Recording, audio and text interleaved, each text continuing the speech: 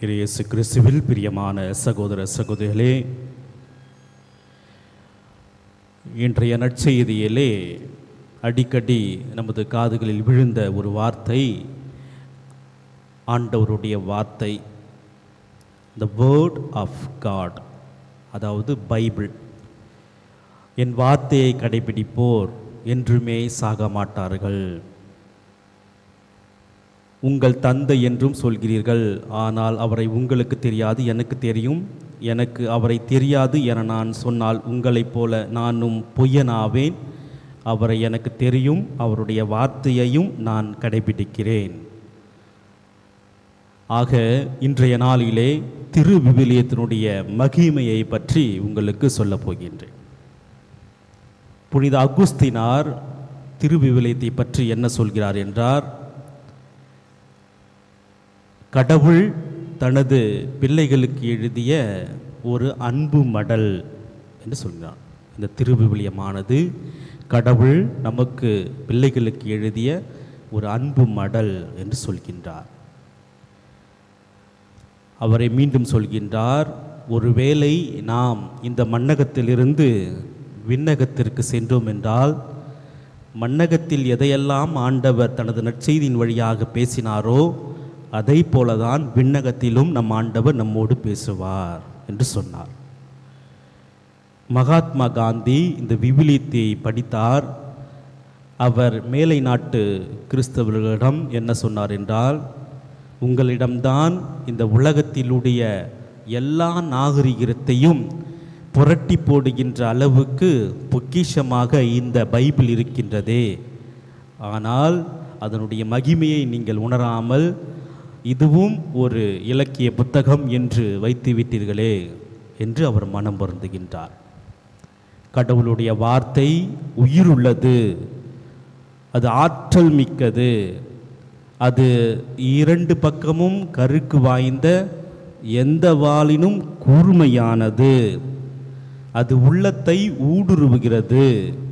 உள்ளத்தை மட்டுமல்ல, எலும்பையும் எலும்பிலுள்ள மஜ்ஜையையும் ஊடுருவுகிறது என்று தூய பவுலடிகளார் சொல்கின்றார்.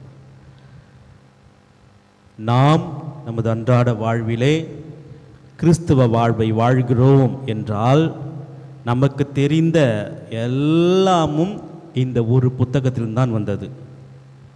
அன்னை மரியாளாக இருக்கலாம், ஆதாமாக இருக்கலாம், மோயிசனாக இருக்கலாம், தாவீதாக இருக்கலாம், தூய வளனராக இருக்கலாம், ராயப்பராக இருக்கலாம், சின்னப்பராக இருக்கலாம், யாராக இருந்தாலும் சரி, நமது விசுவாசத்தை நமக்கு கொடுத்தது இந்த புத்தகம்தான்.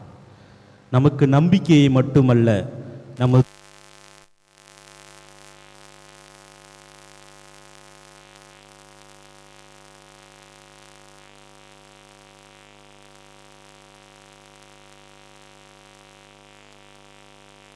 படும் என்று சொல்கின்றது இந்த இறை வார்த்தை.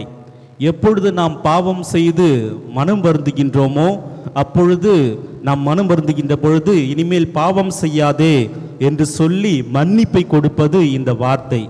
எப்பொழுது நாம் மகிழ்ச்சியாக இருக்கின்றோமோ அப்பொழுது ஆண்டவரை போற்றி புகழ சங்கீதங்களின் வழியாக உதவி செய்வது இந்த இறை வார்த்தை, இந்த பைபிள். எனவே ஆண்டவருடைய வார்த்தையை நாம் எந்த அளவுக்கு தெரிந்திருக்கின்றோமோ அந்த அளவுக்கு தான் நாம் கிறிஸ்துவை அறிந்திருக்கின்றோம் என்று புனித ஜெரோம் சொல்கிறார்கள். If you are ignorant about Bible, you are ignorant about Christ என்று சொல்கிறார்கள். உங்களுக்கு பைபிளை பற்றி தெரியவில்லை என்றால் கிறிஸ்துவை பற்றி உங்களுக்கு தெரியவில்லை என்ற அர்த்தம். மத்திய எழுதிய நற்செய்தி அதிகாரம் 5 இறைவார்த்தை 18 சொல்கின்றார், நம் ஆண்டவர், விண்ணும் மண்ணும் ஒழிந்து போகும், என் வார்த்தைகளோ ஒழியவே ஒழியாது. ஒரு சிற்றெழுத்தோ ஒரு புள்ளியோ நிறைவேறாமல் போகாது என்று சொல்கின்றார். திருப்பாடல் 119 நாம் வாசிக்கின்றோம், இந்த உலகத்தில் உள்ள மண்ணில் உள்ளவை விண்ணுள்ளவை எல்லாமே என்னுடையதான், விண்ணகம் எனது அரியணை, மண்ணகம் எனது கால்மனை என்று சொல்கின்றார். நம் அன்றாட வாழ்க்கையிலே பைபிளை படிக்கின்ற பிள்ளைகளாக இருக்கின்றோமா? இறை வார்த்தையை படிக்கின்ற ஒரு பிள்ளைகளாக இருக்கின்றோமா என்று நாம் சிந்தித்து பார்க்க வேண்டும். நம் கையிலே வெண்ணெயை வைத்துக்கொண்டு ஊர் முழுவதும் நெய்க்கு அலைகின்ற பிள்ளைகளாக இருக்கின்றோமா என்று சிந்தித்து பார்க்க வேண்டும். எப்பொழுதெல்லாம் நமக்கு ஆறுதல் தேவைப்படுகின்றதோ, எப்பொழுதெல்லாம் ஜெபிக்க நினைக்கின்றோமோ, எப்பொழுதெல்லாம் நமது மன்றாட்டுகள் கேட்கப்பட வேண்டுமோ, அப்பொழுதெல்லாம் இந்த ஒரு புத்தகத்தை நாம் உறுதியோடு பற்றி கொண்டிருக்க நாம் முயற்சி எடுக்க வேண்டும்.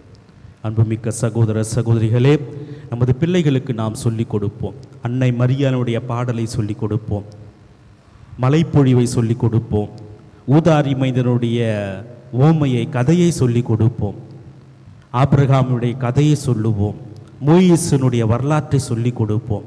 கடவுளை எப்படியாவது அடுத்த தலைமுறைக்கு எடுத்து செல்வதற்கு இந்த புத்தகம் பயன்படும். எனவே நமது அன்றாட வாழ்க்கையிலே இறைவனுடைய வார்த்தையினுடைய சக்தியை உணர்ந்து இந்த தவ காலத்திலும் வருகின்ற உயிர்ப்பு பெருவிழாவிலும் இறைவனோடு சேர்ந்து பயணிக்க சேர்ந்து ஜெபிப்போம். எல்லாம் வல்ல இறைவன் நம் அனைவரையும் ஆசீர்வதிப்பாராக. ஆமென்.